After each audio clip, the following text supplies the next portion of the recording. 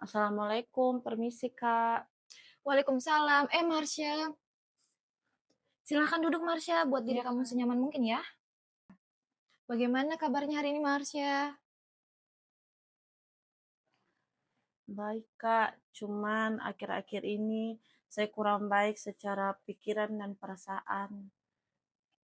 Terima kasih ya Marsha sudah mau bercerita. Saya ingin menyampaikan bahwa percakapan kita di sini adalah tempat yang aman dan nyaman untuk kamu berbagi cerita. Saya tidak akan menghakimi. Jadi, kamu bisa mengutarakan perasaanmu dengan aman dan nyaman. Baik Kak, terima kasih. Jadi sebelum kita cerita lebih jauh, apakah ada hal tertentu yang membuat kamu ingin melakukan konseling hari ini? Jadi Kak, akhir-akhir ini saya merasa capek Kak, karena saya sudah mulai menjauhi teman-teman saya dan terutama teman-teman dekat saya. Saya merasa sering sakit hati karena ucapan mereka Kak. Karena mungkin ucapan mereka menurut dia cuman bercandaan, tetapi itu sudah menyakiti hati saya dan saya merasa kecewa. Jadi Marsha merasa lelah dan mulai menjaga jarak sama teman-teman Marsha karena beberapa perkataan mereka itu menyakiti Marsha dan Marsha merasakan sakit hati dan kurang dihargai. Begitu.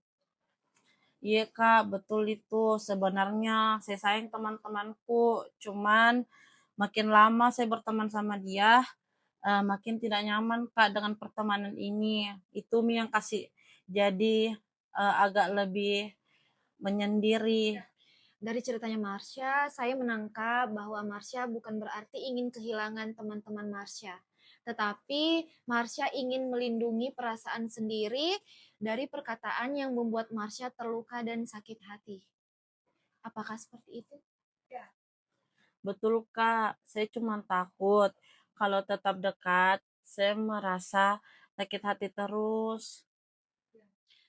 Saya memahami bahwa situasi ini pasti tidak mudah untuk Marsha. Apalagi ketika orang yang membuat kita terluka adalah sebenarnya teman dekat kita sendiri. Selain masalah dengan teman-teman, apakah ada hal lain yang membuat perasaannya Marsha itu semakin lebih berat? Ada Kak, sebenarnya saya di rumah itu kurang merasa kasih sayang karena kurang kasih sayang dari orang tua, apalagi ayah saya sendiri. Saya kurang dekat sama ayah saya sendiri Kak. Boleh Marsha ceritakan lebih lanjut tentang itu? Jadi Kak, ayah saya itu kurang perhatian sama saya dan ibu saya itu kurang memperhatikan kami di rumah. Lagian saudara-saudara saya itu sudah punya kehidupan masing-masing. Saudara-saudara saya itu agak cuek dengan saya Kak. Makanya saya agak kurang diperhatikan di rumah. Saya mendengarkan bahwa Marsha merasa kesepian, kurang diperhatikan, dan Marsha berharap mendapatkan kasih sayang lebih dari keluarga, terutama ayah, ibu, dan saudara Marsha. Iya Kak, kalau di rumah itu saya juga kurang perhatian sama orang tua saya. Lalu ketika saya pergi bersama teman saya sering disakiti. Makanya saya sudah tidak punya tempat cerita Kak. Marsha Oke. kehilangan tempat ternyaman untuk berbagi cerita karena di rumah Marsha tidak diperhatikan dan di lingkungan pertemanan Marsha juga sedang merasa terluka. Iya Kak, itu yang sudah saya rasakan. Marsha, saya ingin memastikan kembali, jadi ada dua permasalahan besar yang sedang kamu rasakan saat ini. Yang pertama, kamu merasa terluka karena perkataan teman dekatmu membuat kamu merasakan sakit hati. Kedua, karena kamu kurang mendapatkan perhatian dari keluarga, terutama ayah, ibu, dan saudara-saudaramu. Apakah kesimpulan yang saya buat sudah sesuai dengan perasaan kamu, Marsha? Iya Kak, benar. Terima kasih karena kamu sudah mau terbuka. Saya melihat kamu itu adalah pribadi yang sangat peduli dengan hubungan dengan orang lain. Kamu menjauh bukan karena kamu tidak peduli, tetapi kamu sedang melindungi perasaanmu dari rasa kecewa. Iya Kak, sebenarnya tidak mau Kak juga ada di posisi ini. Sebetulnya saya ingin mempunyai hubungan yang lebih dekat dengan teman saya, keluarga saya, tapi bingung Kak, mau Kak mulai dari mana? Oke Marsha, kamu bisa melakukan langkah-langkah seperti kamu mencoba untuk mulai memahami dirimu sendiri. Gak apa-apa kamu merasa kecewa atau sedih ketika ada perkataan yang menyakiti. Untuk masalah dengan teman, mungkin kamu bisa mencoba berbicara pelan-pelan mengenai apa perasaanmu terhadap temanmu jika mereka berkata seperti itu, bukan dengan menyalahkan, tapi mungkin kamu bisa menyampaikan melalui kayak hati ke hati, dari hati ke hati. Misalnya, aku tahu mungkin maksudmu itu baik, tapi perkataanmu itu sedikit melukai perasaanku, seperti itu. Dan misalnya kamu masih kurang bisa mengucapkannya, mungkin dari gesturmu juga bisa menandakan bahwa kamu merasa tidak nyaman dengan perkataan temanmu. Takut Kak, Kak, jangan sampai mereka marah sama saya, baru nanggap Kak terlalu baperan. Rasa takut itu wajar, Marsha. Tetapi membangun komunikasi yang baik sama teman kamu agar mereka bisa mengerti perasaanmu itu lebih bagus. Mungkin mereka itu sebenarnya tidak niat untuk menyakiti kamu atau menyinggung perasaanmu. Nah, kalau untuk keluarga, mungkin perubahannya itu nggak signifikan, tidak langsung terlihat. Kita bisa memulainya dengan perlahan melakukan pendekatan, misalnya mulai bercerita hal-hal kecil kepada ibu, mengajak ayah berbicara, dan melakukan pendekatan-pendekatan secara perlahan kepada saudara-saudara Marsha. Iya Kak, bakal saya coba. Tapi Kak, mungkin selama ini saya sering memendam perasaanku sendiri.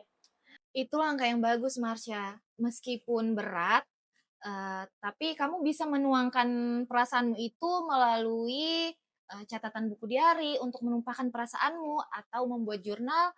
Bisa juga kamu melakukan hal-hal positif di luar sana agar kamu merasa lebih tenang dan damai dengan keadaanmu yang sendiri ini. Oke, Marsha, dari konseling kita pada hari ini saya akan merangkumkan semuanya. Yang pertama itu kamu menjauhi teman-temanmu karena sakit hati dengan perkataan mereka. Kemudian perasaan itu semakin berat karena adanya kurangnya kasih sayang yang kamu dapatkan dari ayah, ibu, dan saudara-saudaramu. Nah, dari percakapan kita ini, kamu akan mencoba beberapa langkah. Yang pertama, kamu akan mulai memahami dirimu sendiri. Yang kedua, mulai mengkomunikasikan perasaan kepada teman-temanmu dengan cara yang baik. Dan setelah itu, kamu akan perlahan-lahan mulai membuka komunikasi dengan keluargamu. Apakah dari semua rangkuman ini sudah sesuai dengan apa yang kamu rasakan? Iya Kak, udah sesuai nih. Saya juga merasa lega nih, sudah bercerita sama kita.